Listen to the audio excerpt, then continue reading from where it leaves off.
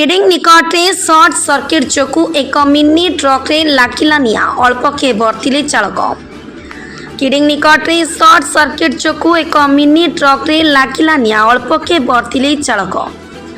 सूचना मुताबक नागपुर लांजीगढ़ को डीजी नहीं जाउथिबा बेले 6 नंबर राज्य राजपथ किडिंग निकटरे एक मिनी ट्रक रे सर्ट सर्किट जोकु आज सोमवार सकाळ 8टा समय निया लागिथिला।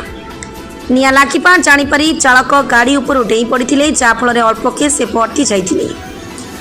अग्निशम विभाग को खबर देला नरला लांजीगढ़ और भवानीपाटना दमकल बाहिनी पहुंची निया को आयत्त करथिले। सिकेरकुपा फुंडी अधिकारी घटनास्थल में पहुंची प्राथमिक तदंत करुथिबा सूचना।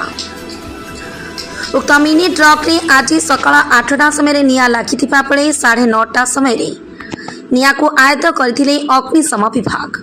लांजीगढ़ मलय बेनुआ रिपोर्ट प्रमाद न्यूज।